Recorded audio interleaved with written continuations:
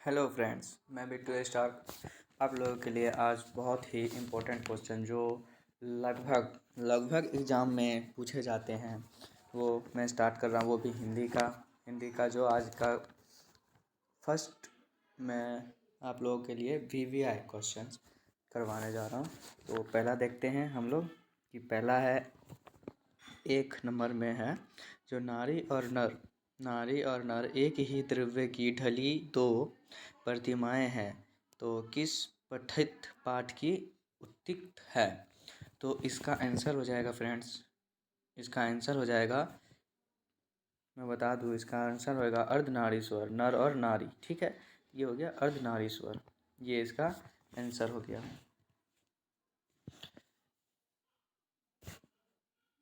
अब देखते हैं दूसरे में क्या है, जय कृष्णमूर्ति की रचना कैसी हुई। तो जय कृष्णमूर्ति की रचना कैसी हुई, तो बी का आंसर हो जाएगा, यानी कि सॉरी 2 नंबर का आंसर हो जाएगा सी। ये हो गया शिक्षा शास्त्र जी। तो अब 3 नंबर में चलते हैं कि जूठन। ठीक है, जूठन क्या है, जूठन आखिर है क्या। तो जूठन का आप लोगों ने 12th की बुक्स में इसका एक पाठ है जूठन का, जो आपने पढ़ा होगा। ये आत्मकथा है, जूठन एक आत्मकथा है। चलिए 4 नंबर में चलते हैं, 4 नंबर में चलते हैं। ईद का चांद होना मुहावरे का अर्थ क्या होता है। ईद का चांद, देखिए दोस्तों, आपको सबसे ज़्यादा मुहावरे और मुहावरे के साथ साथ क्रिया, भेद, वाचक, यही सब पूछे जाएंगे, क्योंकि कहानी कम और ज़्यादा इसमें से पूछा जाएगा। तो 4 नंबर में ईद का चांद होना मुहावरे का अर्थ क्या होता है। तो 4 का हो जाएगा ए। ये हो गया बहुत तीनों पर दिखना, बहुत तीनों पर दिखना, यानी कि ये तीनों, सॉरी। अब चलते हैं 5 नंबर पे, अंधे की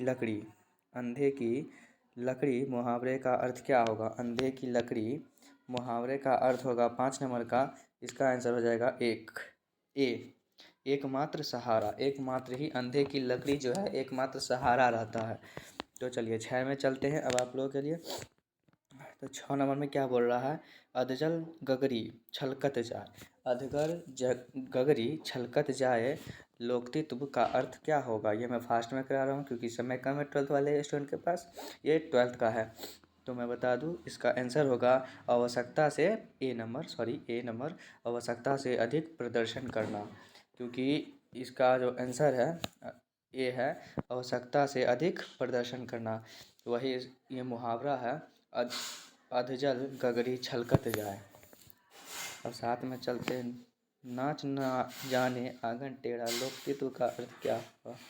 नाच न जाने आंगन टेढ़ा लोकतित्व का अर्थ होगा 7 का ए, बहाना करना।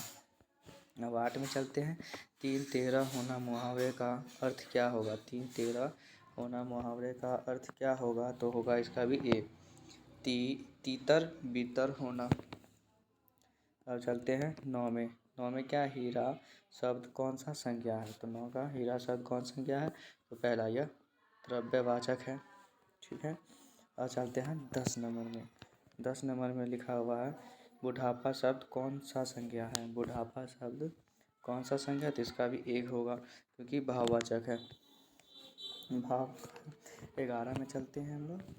तो 11 को हो जाएगा काशी शब्द कौन संज्ञा है। काशी शब्द में कौन सा संज्ञा है, तो इसका हो जाएगा डी, ये एक व्यक्तिवाचक है। 12 में चलते हैं। 12 को हो जाएगा सभा शब्द में कौन संज्ञा है, तो इसका हो जाएगा सी, समूहवाचक। मनुष्य शब्द कौन संज्ञा है। मनुष्य शब्द में कौन संज्ञा है, मनुष्य शब्द में कौन संज्ञा है, तो ये हो जाएगा 13 का सी,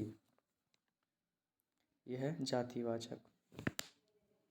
समाज सजावट शब्द कौन संज्ञा है। सजावट शब्द का कौन संज्ञा है, तो इसका हो जाएगा ए, यानी कि भाववाचक। 15 शब्द का पर्यायवाची क्या होगा। 15 का शब्द का पर्यायवाची शब्द क्या होगा, बी, नाद। अब 16 में देखिए, गंगा शब्द का पर्यायवाची क्या होगा। गंगा शब्द का पर्यायवाची क्या होगा, तो 16 होगा ए, मंदाकिनी। अति सुंदर का पर्यायवाची शब्द क्या होगा? सुंदर का पर्यायवाची शब्द क्या होगा? तो सुंदर यानी कि 17 नंबर में है, तो सुंदर का हो जाएगा ए। ललित 18 देखते हैं, 18 का है, 18 का हो जाएगा राजा शब्द का पर्यायवाची क्या होगा? राजा शब्द का पर्यायवाची क्या होगा? तो हो जाएगा डी, इनमें सब होगा, नृप, निरुक्ति और भूप, यानी कि इनमें सभी। 19 में चलते हैं, प्य, प्य शब्द का पर्यायवाची क्या होगा? तो 19 नंबर का प्य है, प्य में पर्यायवाची शब्द क्या होगा? तो इसका हो जाएगा दूध।